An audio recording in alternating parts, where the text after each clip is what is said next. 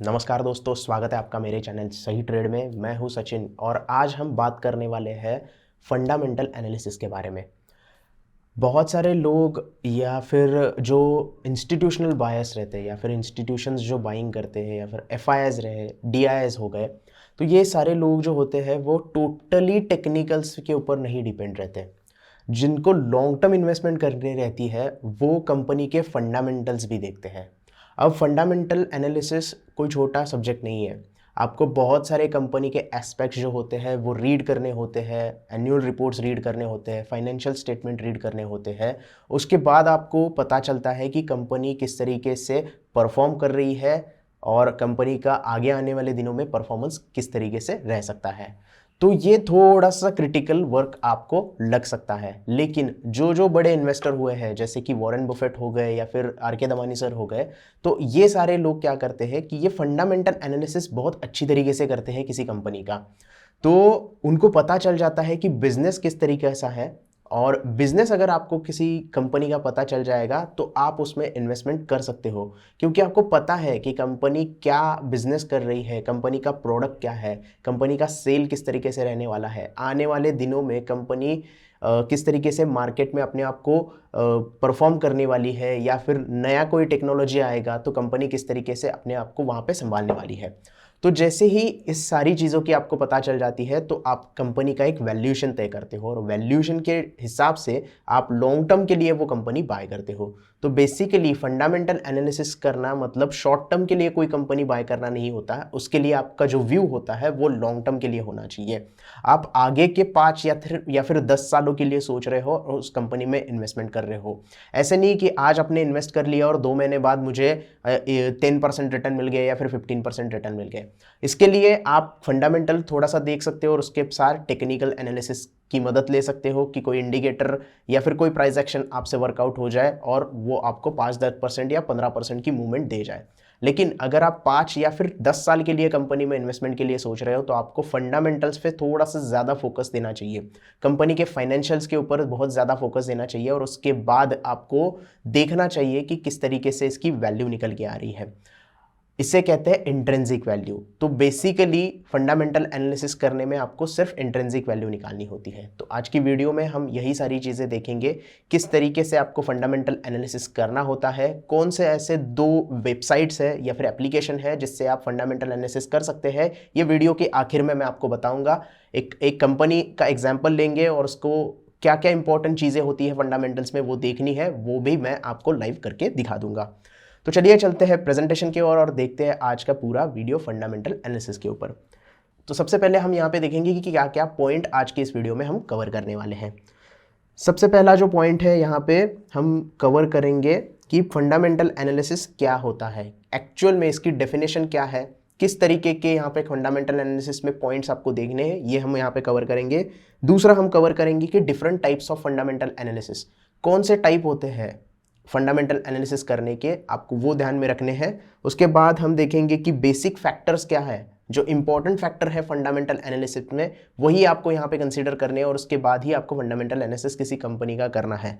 Company का fundamental analysis अगर करना हो तो क्या क्या चीज़ें आपको उस कंपनी की देखनी चाहिए, ये भी हम डिस्कस करेंगे। और आखिर में हम डिस्कस करेंगे बेनिफिट्स ऑफ फंडामेंटल एनालिसिस, क्या बेनिफिट हो सकते हैं। और लास्ट में मैं एक कंपनी का लाइव आपको करके दिखाऊंगा कि फंडामेंटल एनालिसिस में ये पॉइंट आपको देखने होते हैं। तो सबसे पहला है कि फंडामेंटल एनालिसिस क्या होता है। अगर आप डेफिनेशन देखोगे फंडामेंटल एनालिसिस की तो बेसिकली ये बताता है आपको कि fundamental analysis is the method of accessing the intrinsic value of a company. अब इंट्रिंसिक वैल्यू और मार्केट वैल्यू ये दोनों अलग अलग चीज़ें होती है। कंपनी का परफॉर्मेंस के ऊपर जो वैल्यू निकल के आती है वो उस कंपनी की इंट्रिंसिक वैल्यू हो सकती है, और कंपनी जो अभी स्टॉक ट्रेड हो रहा है मार्केट में वो कंपनी की एक्चुअल मार्केट वैल्यू होती है। तो मार्केट वैल्यू अलग होती है और इंट्रिंसिक वैल्यू अलग अलग, दोनों चीज़ें अलग अलग है। इंट्रिंसिक वैल्यू के ऊपर ऑलरेडी मैंने एक वीडियो बनाया है कि किस तरीके से इसे कैलकुलेट करना है और आपको किस तरीके से देखना है। अगर वो वीडियो आपने नहीं देखा है तो डिस्क्रिप्शन में लिंक है, उस वीडियो को जाके देख सकते हैं। ऐसा ज़रूरी नहीं है कि सिर्फ वो वीडियो देखने के बाद ये वीडियो देखिए आप, यहाँ पे आपको पूरा डिफरेंट नॉलेज मिल जाएगा। तो इंट्रिंसिक वैल्यू आपको पता करनी होती है किसी पर्टिकुलर कंपनी की। मान लीजिएगा कि रिलायंस इंडस्ट्री है, रिलायंस का स्टॉक मान लीजिए अभी ट्रेड कर रहा है 2800 रुपये पे, लेकिन उसकी इंट्रिंसिक वैल्यू स्टॉक मार्केट की जो अभी वैल्यू चल रही है, जो प्राइस है, उससे अलग हो सकती है। कंपनी का परफॉर्मेंस किस तरीके से है, कंपनी के फाइनेंशियल किस तरीके से है, उसके ऊपर आपकी जो है इंट्रिंसिक वैल्यू कैलकुलेट होती है। फ्यूचर पर्सपेक्टिव क्या है, फ्यूचर विजन क्या है, इसके ऊपर आपकी जो वैल्यू होती है वो इंट्रिंसिक वैल्यू कैलकुलेट होती है, और उसके हिसाब से आपको तय करना होता है कि कोई कंपनी अंडर वैल्यू है या फिर ओवर वैल्यू है। हमेशा कोई भी स्टॉक अगर आप लोगे तो वो उसकी इंट्रिंसिक वैल्यू से या तो कम होता है या तो ज़्यादा होता है। अगर इंट्रिंसिक वैल्यू किसी कंपनी की ज़्यादा है और उसकी स्टॉक प्राइस कम है, तो स्टॉक प्राइस इंट्रिंसिक वैल्यू को टच करने के लिए आने वाले फ्यूचर में जा सकती है। या फिर इंट्रिंसिक वैल्यू कम है और स्टॉक वैल्यू ज़्यादा है, तो आने वाले दिनों में वो स्टॉक प्राइस इंट्रिंसिक वैल्यू को टच करने के लिए आ सकती है। ये बेसिकली इंट्रिंसिक वैल्यू का फॉर्मूला होता है, और इंट्रिंसिक वैल्यू के ऊपर ही आपको कोई स्टॉक लॉन्ग टर्म के लिए लेना है और उसकी परफॉर्मेंस कैसी है, इसके बारे में आपको पता चल जाता है। अब इंपॉर्टेंट फैक्टर्स क्या है आगे जो हमें फंडामेंटल एनालिसिस में देखना है, वो important factors 3 sets of data आपको देखने होते हैं। सबसे पहला है हिस्टोरिक डाटा, आपको देखना है कंपनी का पास्ट परफॉर्मेंस किस तरीके से है। अगर कोई कंपनी है, मान लीजिए हमने रिलायंस का यहाँ पे एग्जांपल लिया, तो रिलायंस का पास्ट एक्सपीरियंस, पास्ट परफॉर्मेंस किस तरीके से है, कंसिस्टेंट फाइनेंशियल वो दे रही है या नहीं दे रही है, उसके साथ साथ डेट कितना कम हो गया है, कंपनी का रेवेन्यू कितना बढ़ गया है, एसेट क्वालिटी किस तरीके से है, ये सारी चीज़ें आपको देखनी होती है। फाइनेंशियल रेशोज आपको कंसिडर करने होते हैं, उस रेशो के हिसाब से आप डिसाइड करते हो कि हिस्टोरिक डाटा कंपनी का अच्छा है तो उसके हिसाब से फ्यूचर में कंपनी अच्छा ग्रोथ कर सकती है, ऐसा आप यहाँ पे मान सकते हो। दूसरी चीज़ जो देखनी होती है, दूसरा डाटा जो आपको देखना होता है, वो people known information, public known information होती है। अब पब्लिक नोन इन्फॉर्मेशन में क्या क्या आता है कि मैनेजमेंट के बारे में क्या पब्लिक बात कर रही है, किस तरीके की मैनेजमेंट है, कॉर्पोरेट गवर्नेंस किस तरीके का है, या फिर मैनेजमेंट में कौन सी अनाउंसमेंट की है जो शेयर होल्डर्स के लिए है या फिर बाकी लोगों के लिए है। मान लीजिएगा कोई डिविडेंड की अनाउंसमेंट आ जाती है, कोई राइट्स इशू की अनाउंसमेंट आ जाती है, कोई कंपनी के बारे में इंपॉर्टेंट डिसीजन होता है, उसके बारे में आपको पता चलता है, तो पब्लिकली नोन जो डेटा है वो आपको देखना है वहां पे। उसके साथ साथ मैनेजमेंट की परफॉर्मेंस देखनी है। अब मैनेजमेंट की परफॉर्मेंस अगर आपको देखनी है तो आपको एनुअल रिपोर्ट्स कंपनी का पढ़ना आना चाहिए। कंपनी के एनुअल रिपोर्ट्स में कंपनी के विजन के बारे में लिखा होता है, कंपनी के प्रोडक्ट्स के बारे में लिखा होता है, रेवेन्यू के बारे में, सारी चीज़ें जो होती है वो एनुअल रिपोर्ट्स में आपको देखने के लिए मिलती है। मैनेजमेंट के वर्ड जो होते हैं, क्या मैनेजमेंट में बोला है आगे की विजन के लिए, या फिर टारगेट्स कौन से रखे हुए हैं, ये सारी चीज़ें जो है वो आपको पब्लिक नोन इन्फॉर्मेशन में यानी कि एनुअल रिपोर्ट्स में मिल जाती है। उसके साथ साथ तीसरा डेटा जो आपको देखना होता है वो होता है public unknown information. Public unknown information में आपको देखना होता है कि लीडरशिप कैसी है। जैसे कि मैंने कहा कि कॉर्पोरेट गवर्नेंस का इशू कभी कभी आ जाता है, कभी कभी कोई सैंक्शन लग जाते हैं, तो उस हालत में वो कंपनी का जो लीडर है वो कंपनी को किस तरीके से हैंडल कर रहा है, किस तरीके के फाइनेंशियल जो क्राइसिस अगर आए हैं कंपनी में, वो क्राइसिस को किस तरीके से हैंडल करना है, ये आपको पब्लिकली पता नहीं होता। थोड़ा सा डीप आप जहाँ पे जाओगे तो आपको वहाँ पे वो पता चल जाता है, और वो सारा डेटा भी आपको देखना होता है। क्राइसिस को कैसे हैंडल करता है, कोई ऐसी सिचुएशन आ गई जैसे कि अभी वॉर की सिचुएशन आ गई है और जो मेटल्स की प्राइसेस है वो अचानक से बढ़ गई है, तो उस सिचुएशन में उसके रेवेन्यू के ऊपर कितना फर्क पड़ेगा, उसके प्रॉफिट परसेंटेज के ऊपर कितना फर्क पड़ेगा, ये थोड़ा सा एक अगर सिचुएशन आ जाएगा और वो किस तरीके से लीडरशिप उसकी हैंडल करती है उसके बारे में आपको थोड़ा सा जानना ज़रूरी होता है। अगर ये डेटा आप प्रीवियस डेटा के साथ मैच करोगे कि पिछले सालों में अगर कोई ऐसी सिचुएशन आई है तब लीडरशिप ने किस तरीके के डिसीजंस लिए थे जो कि कंपनी के हित में थे, तो उसके हिसाब से आप थोड़ा सा तय कर सकते हैं कि लीडरशिप को एक्सपीरियंस अच्छा है, कोई भी क्राइसिस अगर आ जाए तो वो अच्छे तरीके से हैंडल कर सकते हैं और उससे कंपनी को फ़ायदा हो सकता है। तो ये सारी चीज़ें आपको देखनी होती है, और उसके बाद ही आप फंडामेंटल एनालिसिस के जो ये 3 बेसिक डेटा है आपको एनालिसिस करने होते हैं, और उसके बाद आपको आगे की प्रोसेस करनी होती है। तो ये तो हो गया जो डेटा देखने हैं और फंडामेंटल एनालिसिस क्या होता है इसके बारे में। इसके आगे हम देखेंगे कि फंडामेंटल एनालिसिस के और भी ऐसे कोई फैक्टर्स है क्या जो आपको कंसिडर करने होते हैं। यानी कि स्टॉक प्राइस तो हम देखते हैं कि टेक्निकल एनालिसिस से, चार्ट से हम स्टॉक प्राइस से मदद ले लेते हैं, और स्टॉक प्राइस से हमें पता चलता है कि किस तरीके से मूवमेंट जो है स्टॉक प्राइस की आने वाली है। लेकिन अदर इम्पॉर्टेंट फैक्टर्स जो होते हैं, अदर इम्पॉर्टेंट जो एलिमेंट्स होते हैं, वो किस तरीके से कंपनी के निकल के आते हैं, वो भी हमें यहाँ पे कंसिडर करने होंगे। तो फंडामेंटल एनालिसिस का पहला जो एलिमेंट है जो आपको कंसिडर करना है या फिर उसके बारे में देखना है, वो है performance of all over industries, overall industries company participate in. मतलब इसका मतलब क्या है कि कंपनी का परफॉर्मेंस इंडस्ट्री के हिसाब से किस तरीके से चल रहा है। मान लीजिएगा कि बैंकिंग सेक्टर की कंपनी है और बैंकिंग सेक्टर में बहुत सारे बैंक आते हैं। बैंक नॉर्मली डिपेंड होते हैं कि उनका एनपीए कम होना चाहिए, उनका जो प्रोविजन है वो अच्छी तरीके से होना चाहिए, प्रॉफिट जो है वो अच्छा होना चाहिए, कासा रेशो कंपनी का अच्छा होना चाहिए। ये कुछ फैक्टर्स होते हैं जो बैंक के रिजल्ट में हम देखते हैं। लेकिन इंडस्ट्री के हिसाब से बैंक किस तरीके से परफॉर्म कर रही है, ऐसा तो नहीं है कि इंडस्ट्री बहुत अच्छा परफॉर्म कर रही है और जो पर्टिकुलर बैंक है वो अच्छा परफॉर्म नहीं कर रही है। फॉर दैट मैटर हम एग्जांपल लेते हैं येस बैंक का। बैंकिंग सेक्टर बहुत अच्छा काम कर रहा है, लेकिन येस बैंक में बहुत सारी गिरावट आ गई है, कुछ इश्यूज आ गए थे, कुछ स्कैम वहाँ पे हो गए थे। तो इस तरीके का कुछ है कि नहीं है, ये सारी चीज़ें आपको देखनी होती है। परफॉर्मेंस उस हिसाब से देखनी होती है कि इंडस्ट्री को किस तरीके से वो पर्टिकुलर कंपनी आउटसोर्स कर रही है, ये हमें देखना होता है। और उस हिसाब से हम थोड़ा सा एनालिसिस करते हैं और देखते हैं कि परफॉर्मेंस अच्छा है या नहीं है। उसके बाद हमें जो इंपॉर्टेंट चीज़ देखनी होती है वो कंपनी के फाइनेंशियल स्टेटमेंट्स। सबसे इंपॉर्टेंट चीज़ होती है कंपनी के फाइनेंशियल स्टेटमेंट। कंपनी जो है वो कंसिस्टेंट ग्रोथ कर रही है या नहीं। अगर कंपनी एक साल प्रॉफिट, एक साल लॉस, एक साल प्रॉफिट, एक साल लॉस, इस तरीके का परफॉर्मेंस दे रही है तो फाइनेंशियल्स में थोड़े से दिक्कत है, ऐसा हम देख सकते हैं। कंपनी के एसेट क्वालिटी, कंपनी का प्रॉफिट आफ्टर टैक्स, कंपनी का डेट, ये सारी चीज़ें जो है वो आपको फाइनेंशियल स्टेटमेंट में देखने के लिए मिलती है।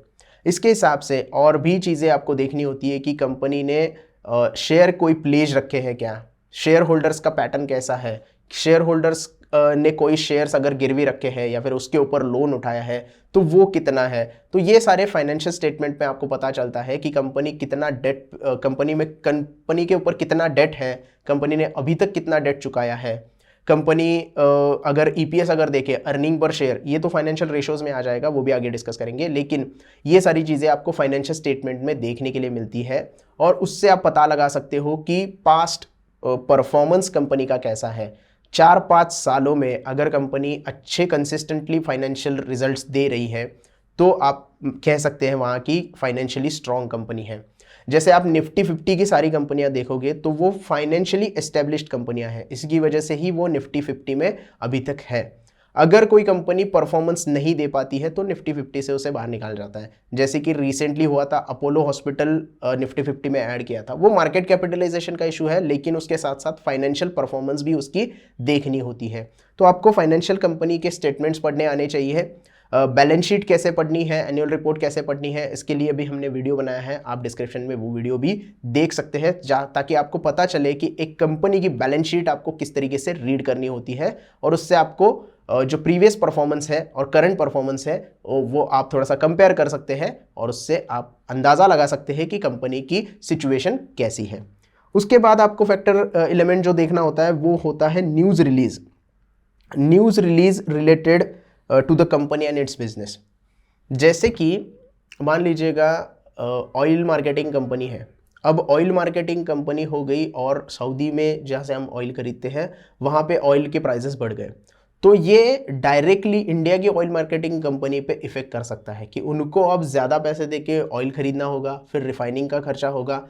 तो ये जो न्यूज़ होती है वो आपको देखनी होती है कि कंपनी में ऐसी कोई सैंक्शंस लगी है क्या, या फिर फार्मा सेक्टर की अगर कंपनी आप लोगे तो यूएस जो फार्मा सेक्टर में जो एफडीए देते हैं या फिर यूएस के सैंक्शन लगते हैं कि ये दवा नहीं चलेगी, या फिर कोई कि स्टे आ जाता है कि लोग यहाँ पे क्या करते हैं कि अगर पर्टिकुलर दवा के ऊपर कोई लाइसेंस नहीं मिल रहा है तो उसके ऊपर स्टे लगा देते हैं। तो वो सैंक्शन अगर किसी फार्मा कंपनी पे आ गया तो उस कंपनी के ऊपर क्या असर होगा, उनके रेवेन्यू के ऊपर क्या असर होगा। कोई ऐसी इनसाइडर न्यूज़ है या फिर कोई स्कैम की कोई न्यूज़ हो गई या फिर विसल ब्लोअर कोई तो हो गया, तो उसको आपको किस तरीके से देखना है और उसको बिजनेस के ऊपर किस तरीके से इफेक्ट हो जाएगा, ये थोड़ा सा आपको देखना होता है और उस हिसाब से आपको डिसीजंस आगे के लेने होते हैं।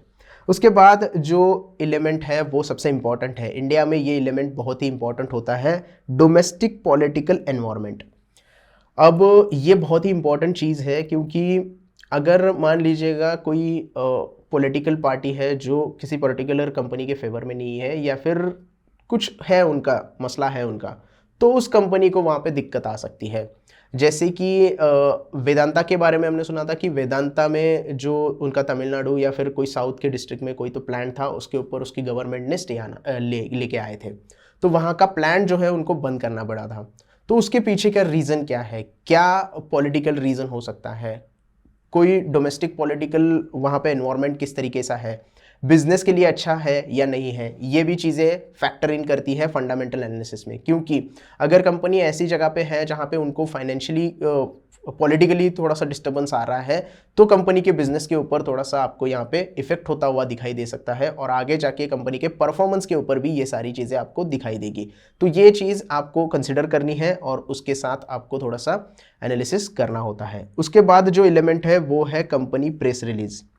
कंपनी प्रेस रिलीज में कंपनी के जो विजन्स होते हैं वो सारी चीज़ें डिस्कस होती है। प्रेस रिलीज में कंपनी के जो मैनेजमेंट होता है वो सबको आके बताता है कि यहाँ इस तरीके से विजन हमारा है, टारगेट्स जो होते हैं वो आपको पता वो सामने रखते हैं कि आने वाले दिनों में हम इतना टारगेट अचीव करने की कोशिश करेंगे, या कोई भी ऐसी चीज़ हो जो कंपनी के इनसाइड में चल रही है वो प्रेस रिलीज में आपको आके बताते हैं, और सारी जो क्लियरेंस होती है वो वहाँ पर आपको मिल जाती है। यहाँ तक कि अगर कंपनी का रिजल्ट अनाउंस हो जाए, तो रिजल्ट अनाउंस होने के बाद जो प्रेस रिलीज होता है कि रिजल्ट किस तरीके से आया है उसके बारे में एक प्रेस रिलीज होता है, तो वहां पे अगर कमेंट्री जिसे कहते हैं, अगर कमेंट्री या फिर जो कॉन कॉल रहती है, वो कॉन कॉल, अगर कॉन कॉल में कुछ ऐसी चीज़ें आपके सामने निकल के आ जाए जो आपको रिजल्ट्स में नहीं दिखी है, अगर वो चीज़ बुरी रहती है तो कंपनी के स्टॉक के ऊपर थोड़ा सा असर आपको दिखाई देता है। कमेंट्री और फाइनेंशियल जो स्टेटमेंट है वो अगर मैच नहीं करेंगे तो आपको स्टॉक फिसलता हुआ दिखाई दे सकता है। तो इसके बारे में भी आपको थोड़ा सा ध्यान रखना होगा, और कंपनी प्रेस रिलीज के बारे में भी थोड़ा सा रिसर्च करना होगा। आखिरी जो एलिमेंट है वो है relevant trade agreement and external politics. Trade agreement क्या हुआ है और एक्सटर्नल पॉलिटिक्स अगर कोई इन्वॉल्व है तो उसके बारे में आपको देखना होता है। बहुत सारे यहाँ पे जो पॉलिटिशियंस होते हैं वो किसी ना किसी कंपनी के साथ जुड़े हुए होते हैं, तो उसका इफेक्ट क्या हो सकता है, अगर कोई स्ट्राइक हो जाए तो एक्सटर्नल पॉलिटिक्स एंट्री करके कुछ प्रॉब्लम क्रिएट कर रहा है क्या, या फिर कोई ट्रेड एग्रीमेंट है जिसकी वजह से आपको दिक्कत हो रही है, जैसे कि एक्सपोर्ट ड्यूटी, इंपोर्ट ड्यूटी की जैसी चीज़ें होती है, जो ट्रेड एग्रीमेंट होता है, वो ट्रेड एग्रीमेंट की वजह से आपको कोई दिक्कत आ रही है क्या। रिसेंटली ही न्यूज़ आई कि रशिया में जो बिजनेस है टाटा स्टील का वो उन्होंने बंद कर दिया है, क्योंकि थोड़ा सा वहाँ पे कोल का जो है इशू हो रहा है, महंगा मिल रहा है, या फिर जो भी वॉर चल रहा है उनका सिचुएशन। तो ये ट्रेड एग्रीमेंट होता है, उसमें कोई दिक्कत है क्या, या फिर कोई अच्छा ट्रेड एग्रीमेंट हुआ है क्या जिससे उसको ऑर्डर बुक उनकी अच्छी हो जाए। तो ये सारी चीज़ें फंडामेंटल एनालिसिस में जो एलिमेंट होते हैं वो आपको कंसिडर करने होते हैं, जिसके बारे में आपको सोचना होता है, और उस हिसाब से आपको एनालिसिस करना होता है कंपनी के बारे में, और आपको पता चल जाता है कि क्या वैल्यू क्रिएट कर रही है। ये सारे जो फैक्टर्स मैंने बताए, तो ये फैक्टर्स का कंपनी के ऊपर क्या असर होने वाला है, जिससे कंपनी की वैल्यूएशन कम हो सकती है या फिर ज़्यादा हो सकती है, इसके बारे में आपको थोड़ा सा एनालिसिस करना होता है। उसके बाद अगर आप देखेंगे तो टाइप्स ऑफ फंडामेंटल एनालिसिस होते हैं। अब फंडामेंटल एनालिसिस करना मतलब दो तरीके के फंडामेंटल एनालिसिस हम करते हैं। पहला होता है क्वालिटेटिव एनालिसिस। क्वालिटेटिव एनालिसिस में हम क्या करते हैं कि study that involves brand value. Company की ब्रांड वैल्यू कौन सी है, रिलायंस एक ब्रांड है, टाटा एक ब्रांड है, इन्फोसिस एक ब्रांड है, या फिर HUL एक ब्रांड है, तो ब्रांड वैल्यू इन्वॉल्व होती है। Management decisions, financial performance of the company over the given period and other similar factor.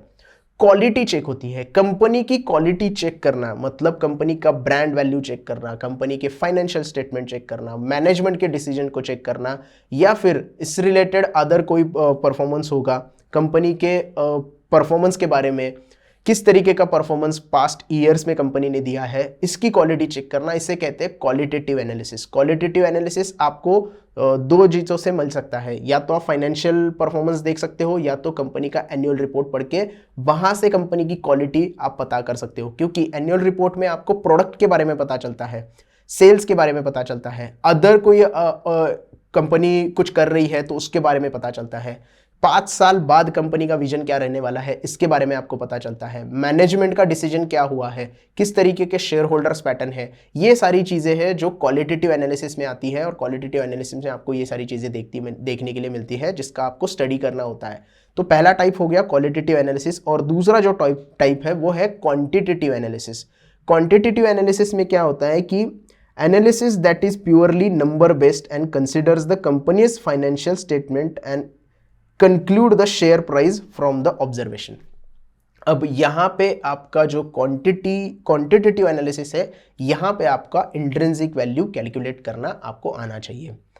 Past performance देखना है, कंपनी का रेशोज जो होते हैं, पी रेशो हो गया, पीबी रेशो हो गया, ईपीएस हो गया, आरओसी हो गया, रिटर्न ऑन इक्विटी हो गया, तो ये सारी चीज़ें आपको क्वांटिटेटिव एनालिसिस में देखनी होती है। उसके साथ साथ उसका ऑब्जर्वेशन करना होता है फ्यूचर में किस तरीके का परफॉर्मेंस आ सकता है। मान लीजिएगा कि पिछले 5 साल में कंपनी 10% ग्रोथ कर रही है, तो आगे आने वाले साल में भी वो 10% ग्रोथ करेगी कि नहीं करेगी, इसका थोड़ा सा एनालिसिस करना होता है। नंबर्स को थोड़ा सा पढ़ना होता है, और नंबर्स पढ़ने के बाद ही आप ऑब्जर्व करते हो नंबर्स को, और आप तय करते हो कि आगे आने वाले दिनों में इसकी वैल्यू क्या रहने वाली है और शेयर प्राइस कहां तक जा सकती है। तो इंट्रिंसिक वैल्यू कैलकुलेट करने के लिए आपको क्वांटिटेटिव एनालिसिस की जरूरत पड़ती है। इसके लिए आपको फाइनेंशियल स्टेटमेंट पढ़ने होते हैं, कैश फ्लो स्टेटमेंट देखने होते हैं, बैलेंस शीट चेक करनी होती है। तो ये सारी चीज़ें आपकी क्वांटिटेटिव एनालिसिस में आती है जिसको आपको देखना है। तो 2 टाइप्स होते हैं फंडामेंटल एनालिसिस के। एक होता है क्वालिटेटिव एनालिसिस जिसमें आप प्योर कंपनी की ब्रांड वैल्यू या मैनेजमेंट के बारे में थोड़ा सा स्टडी करते हैं, और दूसरा होता है क्वांटिटेटिव एनालिसिस जिसमें आप क्या करते हो, फाइनेंशियल रेशोज के बारे में पढ़ते हो, और जो परफॉर्मेंस है, पास्ट परफॉर्मेंस नंबर वाइज, कितना रेवेन्यू जनरेट हुआ है, कितना प्रॉफिट आफ्टर टैक्स है, ईपीएस कितना है, पीबी रेशो कितना है, ये जो फाइनेंशियल रेशो है इसके बारे में देखते हो, और उससे आप अंदाजा लगाते हो कि कहाँ पे कंपनी का प्राइस जाने वाला है। तो ये 2 एनालिसिस मेन होते हैं, जो मेन टाइप है, इसके ऊपर आपको पूरा फंडामेंटल एनालिसिस करना होता है। उसके बाद बेसिक फैक्टर्स जो होते हैं, और बेसिक फैक्टर्स आपको क्या देखने होते हैं कंपनी के, वो भी इंपॉर्टेंट है। क्योंकि अगर आप कंपनी का एनालिसिस करते हो तो आपको कुछ तो बेस चाहिए। मतलब बेस पे आप कंपनी का एनालिसिस कर रहे हो, कुछ तो बेस चाहिए। एनालिसिस करने के लिए भी कुछ बेस होना चाहिए।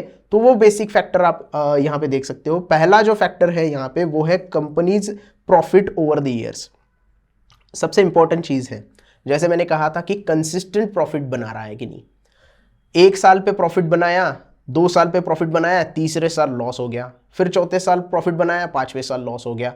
अगर ये कंपनी के बारे में आपको दिखाई दे तो प्रॉफिट कंपनी का है नहीं, कंपनी का प्रॉफिट कम हो रहा है, तो आपको यहाँ पे पता चलता है कि नहीं भाई, कंपनी का जो प्रॉफिट है वो कंसिस्टेंट नहीं है।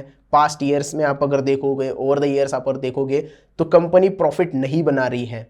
जैसे कि फॉर एग्जांपल हम पेटीएम का ले लेते हैं। पेटीएम बहुत ही मतलब यहाँ पे बजिंग स्टॉक था, आईपीओ आया था तो बहुत बजिंग था, वैल्यूएशन थोड़े से हाई थे, लेकिन कंपनी को अगर आप स्टडी करते हो फंडामेंटली तो आपको पता होगा कि कंपनी ने प्रॉफिट अभी तक बनाया नहीं है। कंपनी आज तक प्रॉफिट में नहीं आई है, कंपनी आज के डेट में भी लॉस में ही है। तो और लॉस में क्यों है कंपनी, ये भी जो जब आईपीओ लेके आए थे उनका जो सीईओ था, उनने बताया था कि कब प्रॉफिट में हम आएंगे ये बता नहीं सकते हम, लेकिन बहुत सारे ऐसे बिजनेस हैं जो प्रॉफिट में चल रहे हैं, लेकिन ओवरऑल कंपनी आप अगर देखोगे तो वो प्रॉफिट में नहीं है। तो आपको ये चीज़ देखनी पड़ती है, सिर्फ 2 साल या 3 साल का डेटा नहीं देखना है। कंपनी जब से शुरुआत हुई है कंपनी की, तब से लेके आज तक का डेटा अगर रीड करते हो, कंपनी के प्रॉफिट के बारे में थोड़ा सा रीड करते हो, तो आपको पता चल जाएगा कि ओवरऑल जो है कंपनी अच्छे प्रॉफिट में है कि नहीं। फॉर दैट मैटर हम एग्जाम्पल ले लेते हैं टीसीएस का। टीसीएस का प्रॉफिट कम ज़्यादा होता रहता है, लेकिन कंपनी टोटल लॉस में अभी तक 5 साल गए, 5 साल का अगर डेटा देखोगे तो लॉस में नहीं आई है कंपनी। हमेशा कंपनी ने प्रॉफिट किया है। प्रॉफिट कम ज़्यादा होता रहेगा लेकिन कंपनी लॉस में नहीं आई है। ओवरऑल बहुत बड़ा लॉस हो गया है, कंपनी पूरी तरीके से डेब्ट में है, ऐसा भी नहीं होता है। टीसीएस बहुत बड़ा ब्रांड है, बहुत बड़ी कंपनी है, तो प्रॉफिट उनका कंसिस्टेंट है। रिलायंस का प्रॉफिट कंसिस्टेंट है, इन्फोसिस का प्रॉफिट कंसिस्टेंट है। तो आपको ये सारी चीज़ें देखनी होती कि over the year company profit कितना बना रही है, उससे आपको ग्रोथ पता चलती है कंपनी की, और कंपनी के पास कितना पैसा है, ये सारी चीज़ें भी आपको पता चल जाता है। उसके बाद अगर आप देखोगे फैक्टर कौन सा इंपॉर्टेंट है, वो है कॉर्पोरेट गवर्नेंस। ये सबसे इंपॉर्टेंट फैक्टर है। जो कंपनी का मैनेजमेंट है वो किस तरीके से अपने शेयर होल्डर्स के साथ बिहेव करता है। कोई ऐसा स्कैम तो नहीं कर रहा है जैसे कि येस बैंक में स्कैम हो गया था, DHFL या फिर उस जैसे स्टॉक में स्कैम हो गया था, तो इन्वेस्टर का पूरा पैसा वहां पे डूब गया था। येस बैंक 350 से लेके आज 12.5-13 रुपए पे स्टॉक ट्रेड कर रहा है, पूरा इन्वेस्टर का पैसा वहां पे डूब गया था। तो ये कॉर्पोरेट गवर्नेंस के हिसाब से होता है, क्योंकि उन्होंने क्या किया, जितने लोन दिए हैं उसके बारे में RBI को बताया नहीं, छुपा के रखा। येस बैंक की मैं बात कर रहा हूँ, छुपा के रखा, फिर वो सामने आ गई बात, और फिर जो राणा जी थे उनको इस्तीफा देना पड़े या फिर उसको निकाल दिया गया। तो ये कॉर्पोरेट गवर्नेंस का इशू होता है। जो मैनेजमेंट रहती है वो मैनेजमेंट किस तरीके से अपने शेयर होल्डर्स के साथ लॉयल है कि नहीं, उनको सारी चीज़ें बता रही है कि नहीं, जो एनुअल रिपोर्ट में वो चीज़ें बता रहे हैं वो एक्चुअल में हो रही है कि नहीं, ये सारी चीज़ें आपको देखनी होती है। और उसके बाद आप पता करते हो कि नहीं, कुछ ना कुछ तो गड़बड़ है दया, कुछ तो गड़बड़ है कंपनी में, ये आपको पता चल जाता है कॉर्पोरेट गवर्नेंस के इशू से हिसाब। तो ये सारी चीज़ें आपको कंपनी के एनुअल रिपोर्ट में देखने के लिए मिलेगी, और उससे आप पता कर सकते हो कि कोई प्रॉब्लम होगी तो स्टॉक से दूर रहिएगा, दूसरा स्टॉक लीजिएगा, उससे थोड़ा सा स्टडी कीजिएगा। तो कॉर्पोरेट गवर्नेंस ये फैक्टर है जो आपको देखना है। उसके बाद है कंपनीज डेट। कंपनी के ऊपर कर्जा कितना है। अब मैं हमेशा कहता हूँ, मेरा हमेशा ये मानना होता है कि जो कम कर्जे वाली कंपनियां होती है या फिर जिसके पास कोई कर्जा नहीं है, वो कंपनी हमेशा फाइनेंशियली स्ट्रांग होती है। उसको जो प्रॉफिट मिलेगा वो खुद का रहेगा, उसको किसी को प्रॉफिट देना नहीं है, बैंक को लोन चुकाना नहीं है। उसका जो भी प्रॉफिट होगा वो चाहे कंपनी में इन्वेस्ट करे या फिर शेयर होल्डर्स को डिविडेंड या फिर बोनस शेयर के हिसाब से दे दे, वो कंपनी के ऊपर डिसाइड रहता है। कि मान लीजिएगा मुझे 1000 करोड़ का प्रॉफिट हुआ है, कोई तो कंपनी है ABC, उसको 1000 करोड़ का प्रॉफिट हुआ है और उसको 500 करोड़ का या फिर उससे ज़्यादा उसने लोन ले रखा है। मान लीजिए 5000 करोड़ का उसने लोन लिया है और उसको इस साल 1000 करोड़ का प्रॉफिट हुआ है। तो वो क्या करेगा कि पहले डेट है वो चुकाने की कोशिश करेगा, तो डेट चुकाने में उसका जो प्रॉफिट है वो निकल जाएगा। तो उसको एक्सपांशन अगर करना रहेगा तो वो कर नहीं पाएगा क्योंकि उसको डेट चुकाना है। तो एक्सपांशन से उसकी कंपनी की जो परफॉर्मेंस है वो बढ़ने वाली थी, वो कुछ साल पीछे चली गई। तो इसके हिसाब से क्या होता है कि अगर आप कंपनी में कुछ अच्छा करना चाहते हो लेकिन आपके ऊपर डेट है तो आप वो कर नहीं पाते, क्योंकि लोन तो चुकाना है, तो वहाँ पे डिफ़ॉल्ट नहीं कर सकते। वहाँ पे डिफ़ॉल्ट कर दोगे तो बैंक सारा एसेट जो है वो बेच देगी, तो वो सारी दिक्कतें आ सकती है। तो आपको ये चीज़ें हमेशा ध्यान में रखनी होती है कि कंपनी के डेट कितना कम है। जितना कम डेट रहेगा उतना कंपनी के फाइनेंशियल स्ट्रांग रहेंगे, और कंपनी के पास डेट अगर नहीं रहेगा तो और भी ज़्यादा फाइनेंशियल स्ट्रांग हो सकते हैं, क्योंकि जो भी प्रॉफिट वो कमाएंगे, जो भी रेवेन्यू वो कमाएंगे, वो पूरा का पूरा या तो कंपनी में एक्सपेंशन के लिए यूज़ कर सकते हैं या फिर शेयर होल्डर्स को उसमें, अगर कैश फ्लो उनके पास अच्छा रहेगा तो शेयर होल्डर्स को बोनस या फिर जो है वो डिविडेंड के हिसाब से दे सकते हैं। तो ये फैक्टर आपको हमेशा ध्यान में रखना है कि कंपनी का डेट कितना कम है या फिर कंपनी के पास डेट है या नहीं है। तो ये 3 फैक्टर इंपॉर्टेंट है। आगे भी और फैक्टर है, वो भी देखेंगे। आप देख सकते हैं यहाँ पे revenue growth over the year. Company का जब भी कोई प्रोडक्ट या फिर कंपनी के सेल्स जब होती है तो आपको रेवेन्यू भी देखना होता है। रेवेन्यू जितना जनरेट होता है उससे आपका जो टैक्सेस है या फिर जो डेट है वो कट हो जाता है। अगर रेवेन्यू ही ज़्यादा नहीं होगा तो ये सारी चीज़ें भी आपकी, जो प्रॉफिट आफ्टर टैक्स रहेगा वो नेट प्रॉफिट जो है वो आपका कम हो जाएगा। तो आपको रेवेन्यू ग्रोथ भी देखना बहुत ज़रूरी है। ऐसा नहीं है कि सिर्फ प्रॉफिट आफ्टर टैक्स ज़्यादा हो गया या फिर कंपनी का प्रॉफिट ही ज़्यादा हो गया, लेकिन रेवेन्यू अगर ज़्यादा होगा, मान लीजिएगा 10,000 करोड़ का रेवेन्यू हो गया है, उसमें आप प्रॉफिट निकाल दोगे, डेट निकाल दोगे, तो ही आपका प्रॉफिट अच्छा खासा दिखाई देगा। तो रेवेन्यू अगर कम हो जाएगा तो ये सारी चीज़ें आपको तो पे करनी है। तो ईयर ऑन ईयर अगर रेवेन्यू कम होता है तो परफॉर्मेंस अपने आप डाउन होने लगती है कंपनी की। ऐसा नहीं है कि रेवेन्यू कम हो रहा है और प्रॉफिट ज़्यादा हो रहा है, तो ऐसा कभी नहीं होता है। रेवेन्यू कम हो गया है तो प्रॉफिट भी आपका कम हो जाएगा। तो ये दो चीज़ें जो है वो अपने आप में ही एक दूसरे से कनेक्टेड होती हैं। रेवेन्यू बढ़ेगा तो आपका प्रॉफिट भी बढ़ जाएगा, तो आपका डेट भी आसानी से चुक सकता है, आसानी से डेट जो है वो आप चुका सकते हो। तो ये सारी चीज़ें जो है वो एक दूसरे के साथ कनेक्टेड होती है। तो आपको ये सारी चीज़ें, फैक्टर जो होते हैं, जो पूरा एक बेस होता है, बेसिक फैक्टर होते हैं, वो सबको एक साथ लेके चलते हैं। तो हर एक चीज़ एक दूसरे से कनेक्टेड होती है। रेवेन्यू कम हो जाएगा तो प्रॉफिट कम हो जाएगा, प्रॉफिट कम हो जाएगा तो आपको डेट उसमें से ही चुकाना है, उसमें से ही प्रॉफिट दिखाना है। तो उससे क्या होता है, कोई कॉर्पोरेट गवर्नेंस का इशू आ जाता है, कोई प्रॉब्लम आ जाता है। तो ये सारी चीज़ें जो होती है वो एक दूसरे से कनेक्टेड होती है। तो फंडामेंटल एनालिसिस करते वक्त आपको ये सारी चीज़ें जो है वो फैक्टर जो है वो ध्यान में रखने होते हैं। उसके बाद जो फैक्टर है वो है कंपनीज स्ट्रक्चर एंड रेवेन्यू। फिर एक बार रेवेन्यू आ गया।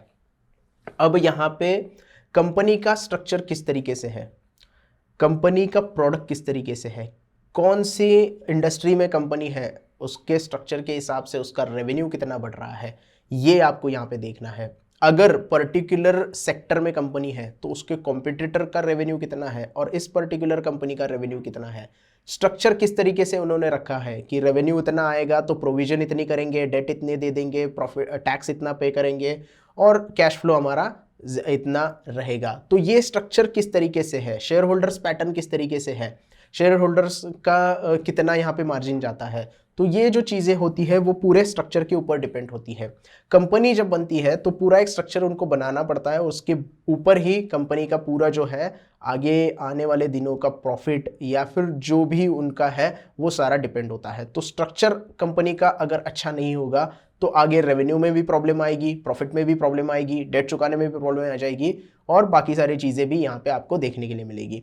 तो ये जो इंपॉर्टेंट एलिमेंट है या फिर फैक्टर है वो आपको कंसिडर करना होता है, स्ट्रक्चर आपको देखना होता है और स्ट्रक्चर के हिसाब से आपको जो पैटर्न है उसके हिसाब से आपको रेवेन्यू के बारे में पता चल जाता है। और जो आखिरी फैक्टर है वो है रेट ऑफ टर्नओवर। कंपनी का टर्नओवर कितना है, टोटल टर्नओवर कंपनी का कितना है। मार्केट कैपिटल अलग चीज होती है और कंपनी का टर्नओवर अलग होता है। कंपनी का टर्नओवर कितना बड़ा होगा उसके ऊपर कंपनी का जो है वो रेवेन्यू स्ट्रक्चर डिपेंड होगा। बड़ी कंपनी है जैसे कि रिलायंस और टीसीएस हो गया तो उसका टर्नओवर बहुत बड़ा है तो उनका रेवेन्यू का स्ट्रक्चर उस तरीके से होगा, कंपनी का स्ट्रक्चर जो उस तरीके से होगा। कंपनी छोटी है, छोटा टर्नओवर है तो छोटे टर्नओवर के हिसाब से उनका जो स्ट्रक्चर है वो बनाएगा। रेट ऑफ टर्नओवर कितना है, हर साल टर्नओवर बढ़ रहा है कि नहीं है या फिर कम हो रहा है, इसके ऊपर भी आपको ध्यान रखना होता है। अगर मान लीजिएगा एक पहले साल में कंपनी का टर्नओवर 100 करोड़ का है, दूसरे साल में 300 करोड़ हो गया, तीसरे साल में 400 करोड़ हो गया, फिर 500 करोड़ हो गया, तो ये जो रेट है वो अच्छे तरीके से टर्नओवर बढ़ा रहे हैं कंपनी का। ऐसे नहीं है कि पहले साल में 100 करोड़ था, दूसरे साल में 30 करोड़ हो गया, फिर 20 करोड़ हो गया, तो ये कम कर रहा है। रेट ऑफ टर्नओवर जो है वो हमेशा बढ़ना चाहिए, वो कम नहीं होना चाहिए। कंपनी का जो पूरा टर्नओवर है वो अच्छे तरीके से बढ़ना चाहिए ताकि आपको आगे आने वाले दिनों में रेवेन्यू अच्छा जनरेट हो जाए और उससे प्रॉफिट आपका अच्छा निकल के आए। तो आपको ये चीज़ें हमेशा ध्यान में रखनी होती है कि टर्नओवर रेट क्या है कंपनी का, और वो बढ़ रहा है तो अच्छी चीज़ है कंपनी के लिए, अगर वो घट रहा है तो उसके पीछे के रीज़न आपको जानने होते हैं। वो डायरेक्टली कॉर्पोरेट गवर्नेंस के हिसाब से आपको पता चलते हैं कि टर्नओवर कम हो रहा है तो उसके पीछे रीज़न क्या है, कोई प्रॉब्लम तो नहीं है कंपनी में, कोई कॉर्पोरेट गवर्नेंस का इशू तो नहीं है, कोई ऐसी चीज़ जो नहीं है जो है पब्लिक को नहीं पता है। तो ये सारी चीज़ें आपको देखनी पड़ती है और ये बेस फैक्टर जो है इसके ऊपर जो पूरा फंडामेंटल एनालिसिस होता है वो आपका तय होता है। और भी फैक्टर होते हैं जैसे कि फाइनेंशियल रेशोज और ये सारी चीज़ें, लेकिन जो बेस है, बेस फैक्टर, बेसिक फैक्टर है, वो ये सारी चीज़ें हैं जो आपको ध्यान में रखनी है। कंपनी का debt, corporate governance, company profit over the years, revenue, company structure and revenue and rate of turnover, ये सारी चीज़ें आपको ध्यान में रखनी होती है। उसके बाद ही एक आप अच्छा फंडामेंटल एनालिसिस किसी कंपनी का कर सकते हो। उसके बाद जो है fundamental analysis of a stock. अब स्टॉक का फंडामेंटल एनालिसिस करने के लिए क्या इंपॉर्टेंट जो चीज़ें हैं, जो इंपॉर्टेंट फैक्टर्स है वो आपको देखने हैं, स्टेप्स जो उसे हम कहेंगे।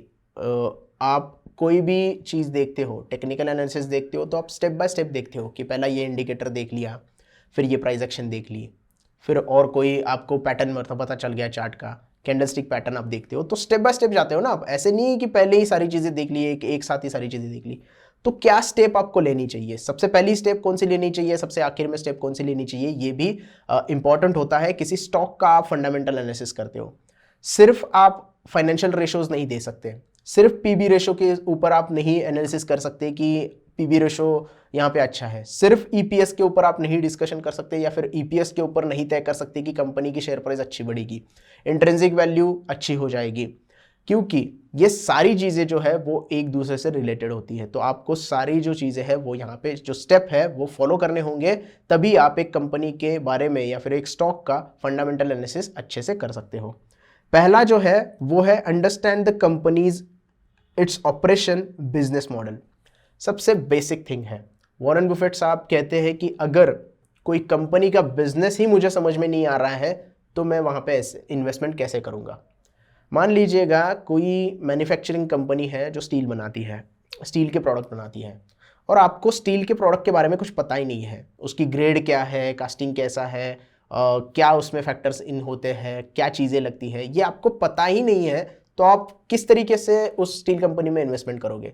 इसीलिए कंपनी के ऑपरेशंस किस तरीके से वर्कआउट होते हैं और कंपनी का बिजनेस मॉडल कैसा है, क्या कंपनी का प्रोडक्ट है, क्या सेल्स है, किस तरीके के कस्टमर है, कितना रेवेन्यू जनरेट होता है, बिजनेस मॉडल कैसा है, C2C है या फिर B2B है, ये आपको पता करना होता है। उसके बाद ही आप किसी कंपनी के बारे में जानने के बाद ही उस कंपनी में इन्वेस्टमेंट कर सकते हो।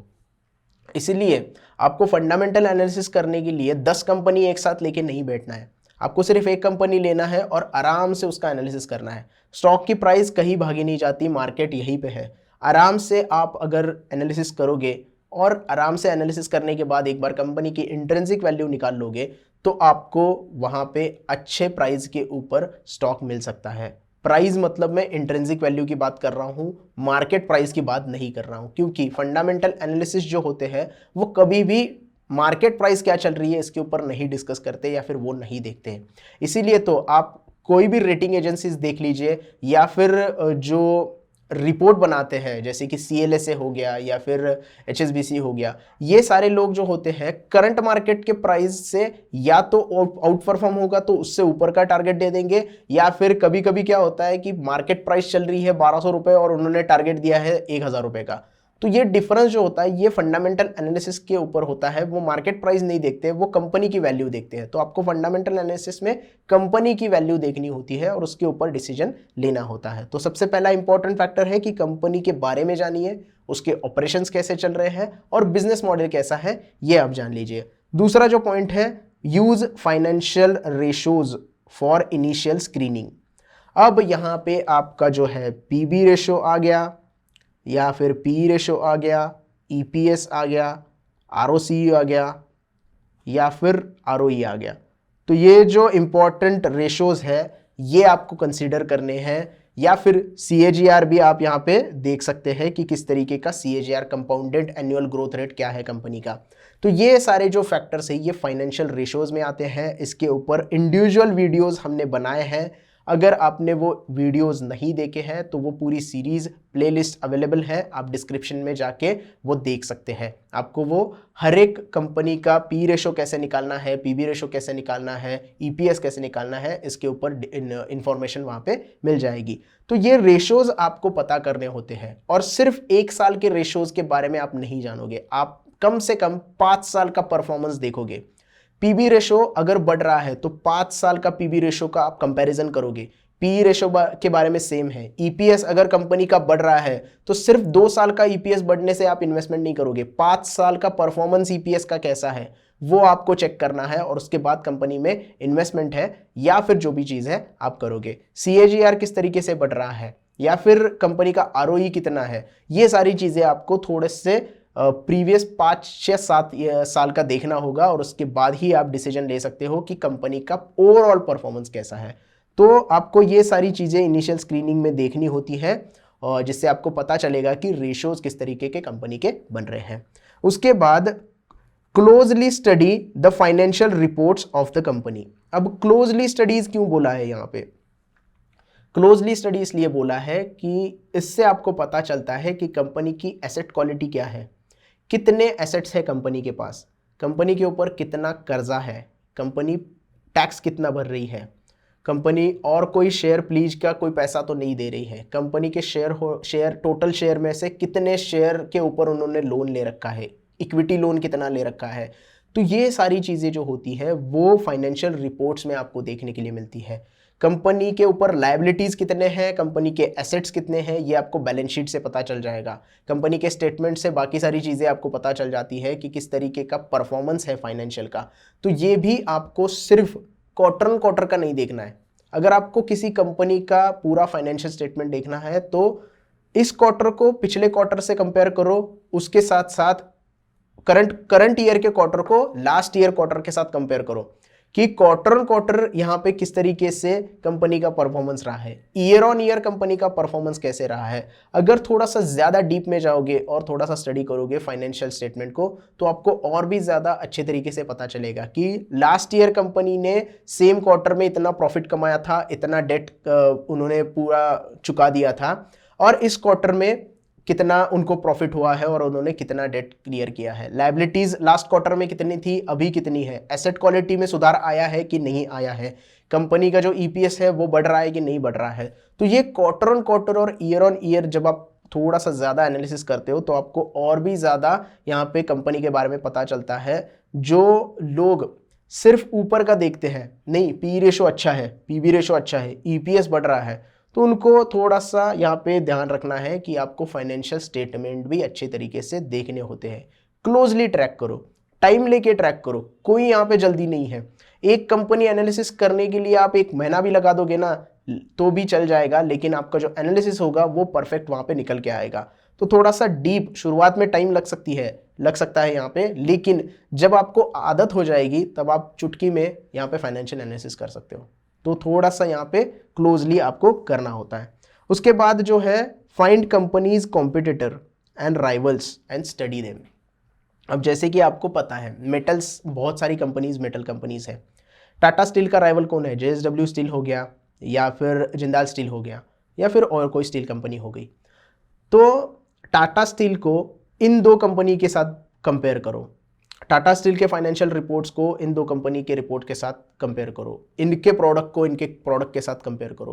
तो कंपैरिजन होनी चाहिए। कॉम्पिटिटर के साथ कंपैरिजन जब तक आप नहीं करोगे, कंपेयर करने के बाद आपको पता चलेगा कि किस कंपनी में कौन सी चीज अच्छी है और कौन सी चीज बुरी है।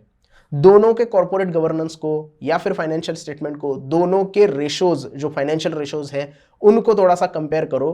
पीयर टू पीयर जब तक कंपेटिटर आप कंपेयर नहीं करोगे तो आपको पता नहीं चलेगा कि कौन सी कंपनी में किस तरीके का परफॉर्मेंस आपको हो रहा है। सेक्टर में जो भी कंपनियां हैं उस कंपनी को आप दूसरी कंपनी से कंपेयर करोगे तो आपको पता चलेगा कि कौन कितने पानी में है। 19-20 का फर्क वहां पे आपको पता चल जाता है और फिर आप डिसाइड कर सकते हो कि नहीं टाटा स्टील अच्छी कंपनी है, जेएस स्टील थोड़ा सा उससे कम परफॉर्म कर सकती है। तो ये सारी चीज़ें आपको करनी होती है। फाइंड द कंपनीज कॉम्पिटिटर या फिर राइवल्स एंड स्टडी देम। वो किस तरीके की स्ट्रेटजी अपना रहे हैं, वो कैसे डिसीजन ले रहे हैं, उनका विजन क्या है, ये सारी चीज़ें आपको स्टडी करनी होती है।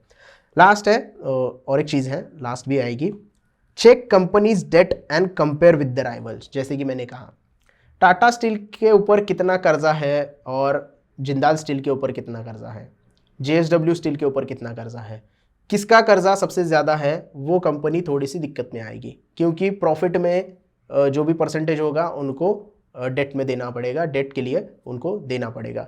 तो ये कंपैरिजन करना ज़रूरी है। बैंक सेक्टर में अगर लोगे तो एक्सिस बैंक का आईसीआईसीआई बैंक के साथ कंपैरिजन करो, पीएसयू सेक्टर में लोगे तो एसबीआई का आप किसी और पीएसयू बैंक के साथ यहाँ पे देख सकते हो, पीएनबी के साथ देख सकते हो, या फिर कोई भी पीएसयू बैंक अगर हो गया जैसे कि बैंक ऑफ बड़ौदा है उसके साथ कंपेयर करके देख लो कि किस तरीके का परफॉर्मेंस है। अगर आप आईटी सेक्टर में जाते हो तो टीसीएस और इन्फोसिस के बारे में देखो, एचसीएल और टेक महिंद्रा के पास कंपेयर करके देखो कि कितना डेट है, कितनी परफॉर्मेंस अच्छी है। तो ये आपको देखना होता है कि companies debt and compare with the rivals. Current company का डेट कितना है और राइवल्स का डेट कितना है, क्या वो लोग स्ट्रैटेजी अपना रहे हैं डेट कम करने के लिए, ये भी आपको देखना होता है। लास्ट फैक्टर है एनालाइज कंपनीज प्रोस्पेक्टस। कंपनी के प्रोस्पेक्टस अगर आप देखोगे तो वहाँ पे आपको, जैसे मैं शुरुआत से बोल रहा हूँ, कि कंपनी के प्रोडक्ट के बारे में पता चल जाता है कि कौन सा प्रोडक्ट है, आगे आने वाले दिनों में और कौन से नए प्रोडक्ट आने वाले हैं, सेल किस तरीका का है, कौन से पर्टिकुलर प्रोडक्ट्स में ज़्यादा सेल होता है जिससे इनका रेवेन्यू बढ़ता है। तो ये सारी चीज़ें जो होती है वो प्रोस्पेक्टस में लिखी होती है, तो आपको उसको एनालाइज करना है। जैसे कि डाबर हो गया, डाबर बहुत सारी चीज़ें बनाता है, HUL भी बहुत सारी चीज़ें बनाता है, लेकिन ऐसी कौन सी पर्टिकुलर उनका प्रोडक्ट है, ऐसा कौन सा पर्टिकुलर प्रोडक्ट है जिससे उनका रेवेन्यू सबसे ज़्यादा आता है, तो ये प्रोस्पेक्टस में आपको पता चल जाता है। और भी चीज़ें प्रोस्पेक्टस में आती है, जैसे कि कंपनीज का डिस्कशन होता है, मैनेजमेंट का डिस्कशन होता है, विजन उनके पास कैसा विजन रखा है, क्या टारगेट सेट किया है, ये सारी चीज़ें आपको प्रोस्पेक्टस से पता चल जाती है। और आप पता कर सकते हैं कि क्या नए प्रोडक्ट मार्केट में ये लोग ला रहे हैं, क्या नई स्ट्रेटजीज इसके बारे में बनाई जा रही है कि कंपनी का प्रॉफिट या फिर रेवेन्यू बढ़ाया जाए। तो आपको ये जो कंपनी का स्टॉक एनालिसिस के बारे में ये जो फैक्टर्स मैंने बताया है, ये आपको ध्यान में रखने हैं और उसके एनालिसिस के बेस के ऊपर थोड़ा सा आपको तय करना है कि कहाँ जा सकती है ये आने वाले दिनों में कंपनी। तो ये तो फैक्टर आपको ध्यान में रखनी है। उसके साथ साथ हम आगे देखेंगे कि इम्पोर्टेंस क्या है फंडामेंटल एनालिसिस के और उसके बेनिफिट्स क्या है, क्योंकि आपको पता होने चाहिए। जैसे टेक्निकल एनालिसिस के बेनिफिट आपको पता है कि प्राइस एक्शन जैसे मूव करती है, प्राइस जैसे मूव करती है वैसे इंडिकेटर मूव करते हैं और हम उसमें ट्रेडिंग कर सकते हैं।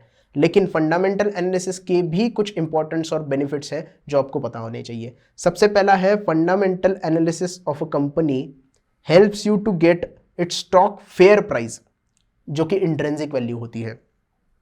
जैसे कि मैंने बताया, मान लीजिएगा कोई कंपनी है जिसका स्टॉक प्राइस 700 रुपये चल रहा है, लेकिन उसकी इंट्रिंसिक वैल्यू 500 रुपये बता रही है, जो कि आपको फंडामेंटल एनालिसिस से पता चलती है।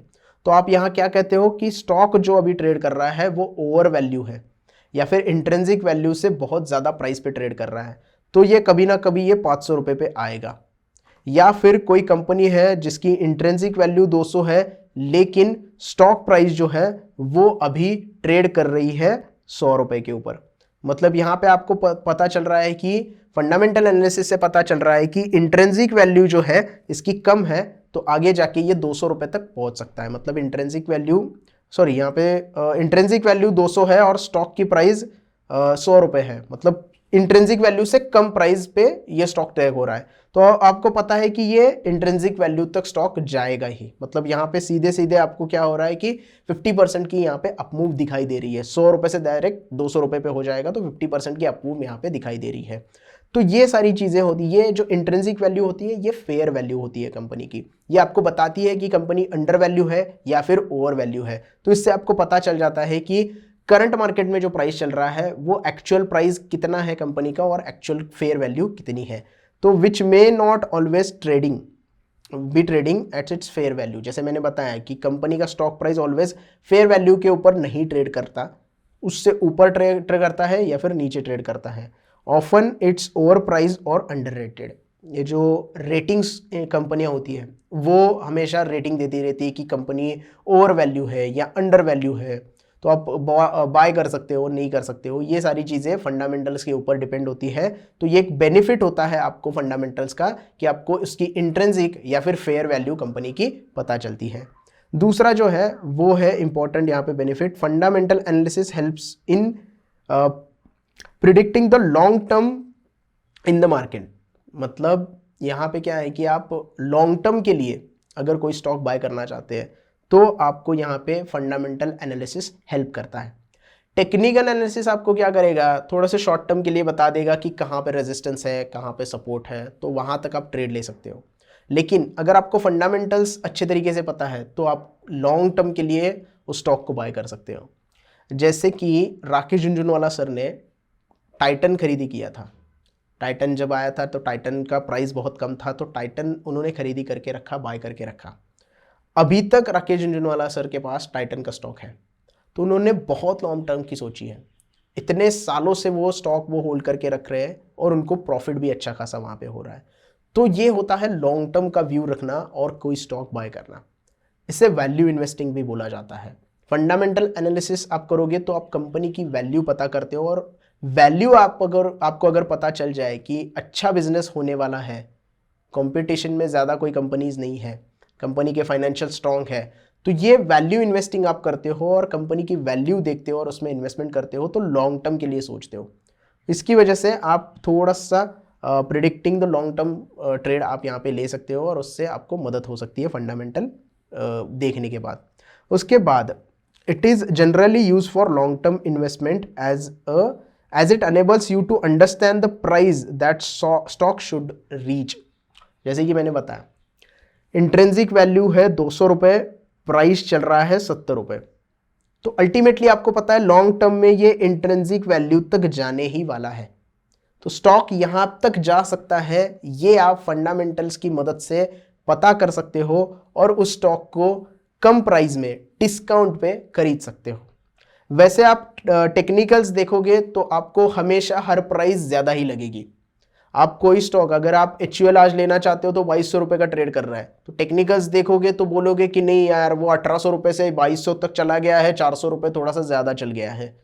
लेकिन आप अगर फंडामेंटल्स देखते हो और इंट्रिंसिक वैल्यू अगर आपको पता चले, फॉर एग्जांपल अगर आपको पता चले कि जो HUL का स्टॉक है उसकी जो इंट्रिंसिक वैल्यू है वो 2700 रुपये है और स्टॉक अभी 2200 पे ट्रेड कर रहा है, तो आप क्या सोचोगे, अरे नहीं ये तो डिस्काउंट पे चल रहा है, मुझे अभी ये लेना चाहिए क्योंकि इंट्रिंसिक वैल्यू 2700 दिखा रही है, तो 2200 रुपये से 2700 रुपये तक स्टॉक जाने की चेष्टा कर सकता है या फिर जा ही सकता है। तो ये होता है फंडामेंटल एनालिसिस का थोड़ा सा बेनिफिट, जिससे आपको इंट्रिंसिक वैल्यू या फिर फेयर वैल्यू पता चलती है, जिससे आप स्टॉक बाय कर सकते हो डिस्काउंट के ऊपर। उसके बाद है इंपॉर्टेंट यहाँ पे बेनिफिट, वो है it is also allows you to find good companies for investment such as those with the strong growth potential. अब ये आपको पता चलेगा फाइनेंशियल स्टेटमेंट से, फाइनेंशियल रेशोज से कि कंपनी का ग्रोथ पोटेंशियल कितना है। ग्रोथ पोटेंशियल पता चलेगा तो आप उस कंपनी में लॉन्ग टर्म के लिए इन्वेस्ट करोगे, तो आपको पहले ही पता चल जाएगा। टानला प्लेटफॉर्म कंपनी है जो कि स्टॉक मार्केट या फिर स्टॉक मार्केट नहीं, इंफॉर्मेशन टेक्नोलॉजी के रिलेटेड की कंपनी है। उस कंपनी का आप अगर थोड़ा सा एनालिसिस करोगे तो स्टॉक प्राइस बहुत ज़्यादा अच्छे तरीके से बढ़ गया है, क्योंकि उन्होंने फ्यूचर जो विजन है उनका अच्छा रखा था और उस हिसाब से कंपनी का परफॉर्मेंस चल रहा है। तो कंपनी में ग्रोथ अच्छी है। ग्रोथ अगर विजन को लेके फ्यूचर में जो भी बदलाव आने वाले हैं या फिर जो टेक्नोलॉजी आने वाली है उससे अगर कंपनी रिलेट करती है और उस हिसाब से अपना जो परफॉर्मेंस है वो देती है, तो आपको उसमें ग्रोथ दिखाई देती है, और जिसमें ग्रोथ दिखाई देती है उसका प्राइस आगे जाके बढ़ने ही वाला है। लॉन्ग टर्म में वो कंपनी अच्छा परफॉर्म करने वाली है, ये आपको पता चल जाता है, और इसके लिए आपको फंडामेंटल्स देखने ज़रूरी होते हैं। उसके बाद जो लास्ट पॉइंट है वो है the analysis helps with one of the most critical but intangible factors like business acumen, which is highly beneficial in investment analysis as it can tell you about the future of the business। जैसे कि मैंने अभी कहा था, ये सारी चीज़ें repeat हो रही है आई नो, बट ये इंपॉर्टेंट फैक्टर है। कंपनी का फ्यूचर बिजनेस, जैसे हमने कहा कि फ्यूचर कैसा है कंपनी का, बहुत सारे लोग अभी पेनी स्टॉक्स ढूंढते हैं। पेनी स्टॉक्स में ये चीज़ें अगर आप देखोगे कंपनी का फ्यूचर बिजनेस कैसा रहने वाला है, तो वो मल्टी बैगर होने के चांसेस होते हैं। टाइटन का स्टॉक भी पेनी स्टॉक ही था, बजाज फाइनेंस, बजाज फिनसर्व, विप्रो, ये सारे स्टॉक जो थे वो कम प्राइस पे ही लिस्ट हुए थे, लेकिन आज आप अगर देखोगे तो वो मल्टी बैगर बन गए हैं। तो आपको ये पता होना चाहिए, कंपनी के फंडामेंटल से आपको ये सारी चीज़ें पता चलती है, कंपनी का फ्यूचर बिजनेस कैसा होने वाला है, किस तरीके की ग्रोथ कंपनी में आने वाली है। अगर ये आप पता कर लेते हो तो आपको पता चल जाएगा कि ये पेनी स्टॉक भी आगे जाके मल्टीबैगर बनने वाला है, तो आपका पैसा उसमें डबल होगा, ट्रिपल होगा या फिर 5 गुना भी हो सकता है। आपको पहचानना है, फंडामेंटल एनालिसिस इसके लिए बहुत इंपॉर्टेंट होता है, और ये अगर आप फैक्टर कंसिडर करोगे तो आपको अच्छे तरीके से और भी फंडामेंटल एनालिसिस कर सकते हो। ये जो सारी बातें मैंने बताई ये आपको ध्यान में रखनी है, और उसके साथ जो फैक्टर्स मैंने बताए हैं वो आपको ध्यान में रखने हैं, और उस हिसाब से आपको फंडामेंटल एनालिसिस करना है। रेशोज़ आपको पहचानने हैं या फिर रेशोज़ की कैलकुलेशन करनी है, तो आप डिस्क्रिप्शन में लिंक है, वो रेशोज़ के बारे में देख सकते हो और उससे आप कैलकुलेट कर सकते हो। हालांकि कैलकुलेट करने की ज़रूरत नहीं है, आपको हर चीज़ कैलकुलेट करने की ज़रूरत नहीं है। मैं जो अभी लाइव हम देखने वाले हैं 2 वेबसाइट के ऊपर, वहाँ पे आपको डायरेक्टली सारा डेटा मिल जाएगा, तो आपको सिर्फ स्टडी करना है कि पिछले ईयर्स में किस तरीके का परफॉर्मेंस था और आने वाले ईयर्स में किस तरीके का परफॉर्मेंस से आप कंपेयर कर सकते हो। तो सीधे चलते हैं, सबसे पहला तो है टिकर टेप जो आपको यूज़ करना है एनालिसिस के लिए, फंडामेंटल के लिए, और दूसरा जो है वो है स्टॉक एज। तो ये 2 एप्लीकेशन आप यूज़ कर सकते हैं जो कि मैं यूज़ करता हूँ, मुझे थोड़े से अच्छे लगते हैं।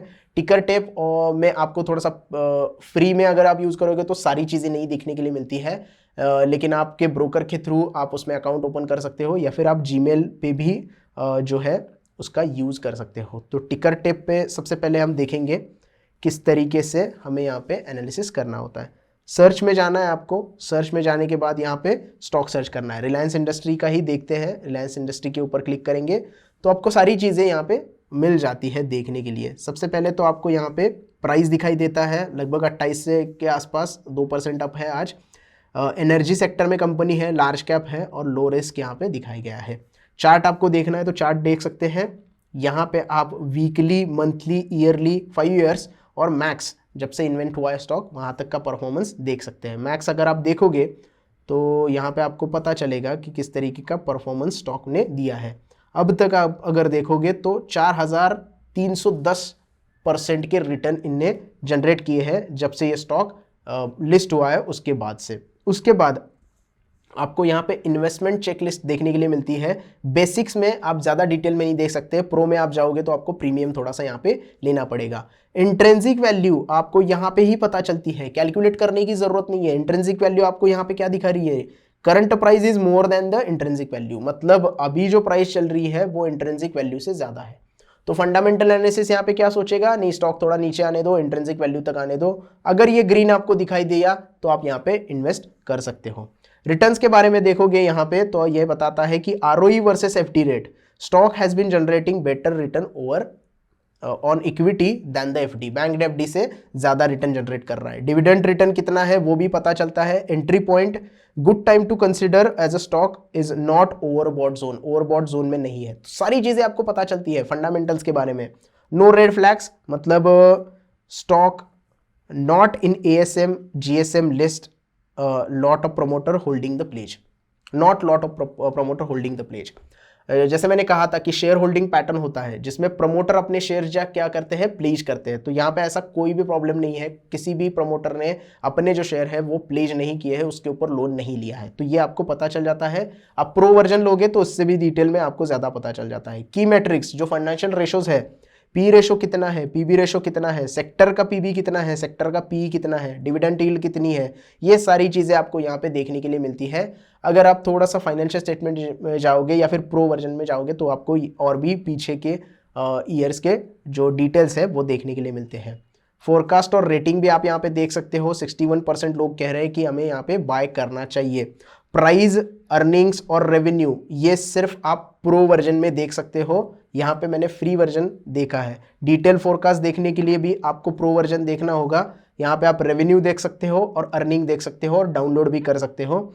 उसके बाद आपको यहाँ पे प्रीवियस ईयर का जो है वो परफॉर्मेंस दिखेगा, हाई, मीडियम और लो। ये सारी चीज़ें आपको थोड़े से पैसे उसके लिए देने पड़ेंगे। पीछे जाते हैं, थोड़ा नीचे देखते हैं क्या है, कंपनी का प्रोफाइल क्या है, कंपनी के ब्रांड कौन से हैं, रिलायंस फ्रेश और रिलायंस जियो। तो ये दोनों कंपनी के ब्रांड है। उसके साथ साथ कंपनी ऑयल मार्केटिंग में भी है, मतलब एनर्जी सेक्टर में भी है, ऑयल मैन्युफैक्चरिंग, रिफाइनिंग में है। इन्वेस्टर प्रेजेंटेशन आप अगर देखना चाहो तो यहाँ पे आप पीडीएफ डाउनलोड कर सकते हैं। उसके बाद नीचे जाओगे तो पीयर टू पीयर कंपटीशन भी आप यहाँ पे कर सकते हो। Indian Oil Corporation, BPCL, compare with peer यहाँ पे आप करोगे तो आपको पता चलेगा कि P ratio, PB ratio, dividend yield Reliance का कितना है आप यहाँ पे देख सकते हो, और आईओसी का कितना है, बीपीसीएल का कितना है, हिंदपेट्रो का कितना है। इससे आप पी रेशो का कंपैरिजन कर सकते हो, पीबी रेशो का कर सकते हो और डिविडेंड यील्ड का भी कर सकते हो। टेक्निकल्स में जाओगे तो टेक्निकल्स में भी वोलेटिलिटी कितनी है, आरएसआई कितना है, ये आपको पता चलेगा। और भी ज़्यादा देखना है तो आपको प्रो खरीदना पड़ेगा। और फोरकास्ट अगर देखना चाहे तो आपको यहाँ पे थोड़ा सा पैसा पे करना होगा। उसके बाद प्राइस कंपैरिजन आप देख सकते हो। यहाँ पे रेड कलर का जो है वो आईओसी का है और यहाँ पे ब्लू कलर का परफॉर्मेंस जो है वो रिलायंस का है।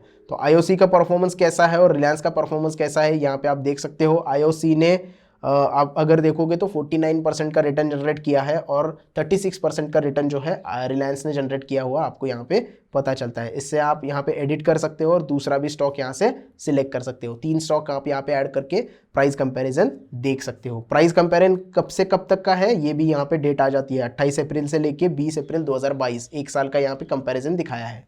तो 1 साल का रिटर्न यहाँ पे आपको पता चल जाता है। उसके नीचे आप फाइनेंशियल ट्रेंड देख सकते हो। यहाँ पे जो 2018 का रेवेन्यू और प्रॉफिट है, 2019 का, 2020 का और 2021 का रेवेन्यू प्रॉफिट आपको यहाँ पे पता चलेगा। सी ऑल फाइनेंशियल्स में आप अगर जाओगे तो आपको यहाँ पे इनकम, बैलेंस शीट और कैश फ्लो, तीन चीज़ें देखने के लिए मिलती हैं।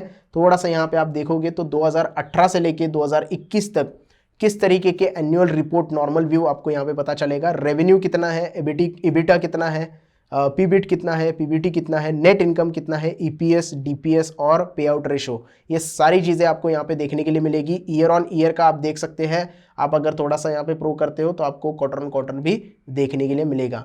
बैलेंस शीट अगर देखनी है तो बैलेंस शीट के ऊपर आप देख सकते हो करंट एसेट कितने हैं, करंट लायबिलिटीज़ कितनी हैं, टोटल लायबिलिटीज़, टोटल इक्विटी, ये सारी चीज़ें आपको यहाँ पे देखने के लिए मिलती है। और अगर आप कैश फ्लो में जाओगे तो कैश फ्लो कितना है कंपनी के पास 2018 से लेके 2021 तक, तो ये भी आपको पता चलेगा। नेट कैश कितना है, changes in working capital, capital expenditure और फ्री कैश फ्लो कितना है, ये सारी चीज़ें आपको यहाँ पे पता चल जाती है। थोड़ा सा पीछे जाएंगे, नीचे जाके देखेंगे तो होल्डिंग ट्रेंड क्या कह रहे हैं। टोटल प्रमोटर होल्डिंग्स डिटेल हम यहाँ पे देखेंगे कि कितने किसके पास शेयर्स है। टोटल प्रमोटर होल्डिंग 6 मंथ कहाँ पे प्रमोटर होल्ड कर रहे हैं, लो प्लेज प्रमोटर होल्डिंग, ये सारी चीज़ें आपको यहाँ पे पता चलती है। शेयर होल्डिंग पैटर्न देखना बहुत ज़रूरी है। प्रमोटर के पास 50% का स्टेक है, म्यूचुअल फंड के पास 4.2, डोमेस्टिक इंस्टीट्यूट के पास 8.8, एफआईआईएस के पास 24 और रिटेल्स का यहाँ पे 11% का कंट्रीब्यूशन है। दिसंबर 2021 तक का ये डेटा है, तो आप ये देख सकते हैं। आप इसे चेंज भी कर सकते हैं, सितंबर में कितना था, जून में कितना था और मार्च में कितना था, ये क्वार्टर ऑन क्वार्टर आपको देखने के लिए मिलेगा। म्यूचुअल फंड कौन से म्यूचुअल फंड ने कितना परसेंट यहाँ पे होल्डिंग किया है, शेयर होल्डिंग हिस्ट्री है जो आपको पता चलेगी। आपको यहाँ पे सारी चीज़ें देखने के लिए मिल सकती है। बाकी बहुत सारी चीज़ें ऐसी है, स्मॉल केस के बारे में भी आप देख सकते हैं, लेकिन फंडामेंटल्स की बात यहाँ पे चल रही है। तो रीसेंट न्यूज़ जो हमारा फैक्टर था, एलिमेंट था एक न्यूज़ के बारे में, तो वो रीसेंट न्यूज़ क्या है वो भी आपको यहाँ पे पता चलती है। रिलायंस इंडस्ट्री की जो भी न्यूज़ है आपको यहाँ पे पता चलेगी। उसके बाद रीसेंट इवेंट के बारे में आप देख सकते हो कि कितना कैश डिविडेंड दिया है, जनरल अपडेट क्या है, मीटिंग कब है, रिजल्ट कब आने वाले हैं, ये सारी चीज़ें आपको एक ही एप्लीकेशन पे देखने के लिए मिलती है। अब यहाँ पे थोड़ा आपको प्रो वर्जन के लिए पैसा देना पड़ता है, या फिर आप जीरोदा पे आपके पास कोई पॉइंट्स होंगे तो आप यहाँ पे वो कन्वर्ट कर सकते हो और 6 महीने के लिए ये यूज़ कर सकते हो। इसके अलावा एक और एप्लीकेशन है जिसके बारे में हम देखेंगे, वो एप्लीकेशन है स्टॉक्स एज के बारे में थोड़ा सा हम देख लेंगे। स्टॉक्स एज में अगर आप देखोगे तो इस तरीके का हम रिलायंस का ही यहाँ पे ओपन करके रखे हैं। तो स्टॉक एज में आपको पता चल जाता है कि प्राइस, डिलीवरीज कितनी है, अपडेट्स क्या है, एज रिपोर्ट क्या है, technicals, fundamentals, financial, shareholder patting, shareholding pattern, mutual fund holding और भी चीज़ें यहाँ पे आपको देखने के लिए मिल सकती है। एनईसी और बीएसई आप यहाँ पे सिलेक्ट कर सकते हो। हम सीधे जाएंगे फंडामेंटल्स में। फंडामेंटल में आपको पूरा सेक्टर के बारे में यहाँ पे पता चलेगा कि कौन सा सेक्टर है, इंडस्ट्री कौन सी है, प्राइस कितना है, मार्केट कैपिटलाइजेशन कितना है, ये सारी चीज़ें आपको यहाँ पे देखने के लिए मिल सकती है। अगर आप थोड़ा सा नीचे जाओगे तो आपको यहाँ पे फाइनेंशियल इंडिकेटर यानी कि EPS, P ratio, industry P, book value पर शेयर, ये सारी चीज़ें जो है वो देखने के लिए मिलेगी और आप कंपेयर भी इसे कर सकते हो। और आपको सारे फाइनेंशियल रेशोज़ यहाँ पे देखने के लिए मिलेंगे। डिविडेंड यील्ड है, शेयर सब्सक्राइब कितने हैं और कंपनी की फेस वैल्यू के बारे में पता चलेगा। उसके साथ साथ रिजल्ट में अगर आप जाते हो तो रिजल्ट कंपनी के किससे हैं, quarterly result, half yearly result और एनुअल रिजल्ट, आपको सारी चीज़ें यहाँ पे देखने के लिए मिलेगी। Net cell, expenditure, EBITDA, other income और डिप्रिसिएशन कितना हुआ है एसेट्स का, ये सारी चीज़ें आपको 2020 क्वार्टरली देखोगे तो 2021 के जो भी क्वार्टर है उसके साथ साथ ईयरली, एनुअली अगर आप देखोगे तो एनुअली भी आपको यहाँ पे पता चलेगा। 2017 से लेके 2021 तक आप नेट सेल, इबिटा, ये सारी चीज़ें यहाँ पे कंपेयर कर सकते हो और किस तरीके के यहाँ पे परफॉर्मेंस उधर कंपनी के है वो पता कर सकते हो। उसके साथ साथ रेशोज़ में अगर आप जाओगे तो रेशोज़ के बारे में आपको यहाँ पे पता चलता है कि 2017 में रिटर्न ऑन इक्विटी कितना था, रिटर्न ऑन कैपिटल एम्प्लॉयड कितना था, रिटर्न ऑन एसेट कितना था। तो 17 से लेके 2021 तक आप सारे यहाँ पे रेशोज़ कंपेयर कर सकते हो और उसके साथ पता कर सकते हो कि किस तरीके की ग्रोथ कंपनी में रहने वाली है। फाइनेंशियल्स में अगर हम जाओगे तो फाइनेंशियल्स में आपको यहाँ पे बैलेंस शीट पता चलेगी। बैलेंस शीट में आप यहाँ पे देख सकते हो किस तरीके का परफॉर्मेंस है। प्रॉफिट एंड लॉस आप ये देख सकते हो 2021 2021 का जो है क्वार्टर ऑन क्वार्टर का, और कैश फ्लो भी आप यहाँ पे देख सकते हो। तो ये दोनों वेबसाइट बहुत ही काम की है फंडामेंटल एनालिसिस के लिए। कंसोलिडेट स्टेटमेंट और स्टैंडअलोन स्टेटमेंट आपको देखने होते हैं। नॉर्मली कंसोलिडेट स्टेटमेंट ही देखा जाता है, स्टैंडअलोन देखोगे तो वो भी आपको डेटा मिल जाएगा। बैलेंस शीट आप यहाँ पे देख सकते हो किस तरीके की बैलेंस शीट है इनकी। प्रॉफिट एंड लॉस स्टेटमेंट देख सकते हो, और यहाँ पे आप देख सकते हो कैश फ्लो कितना है।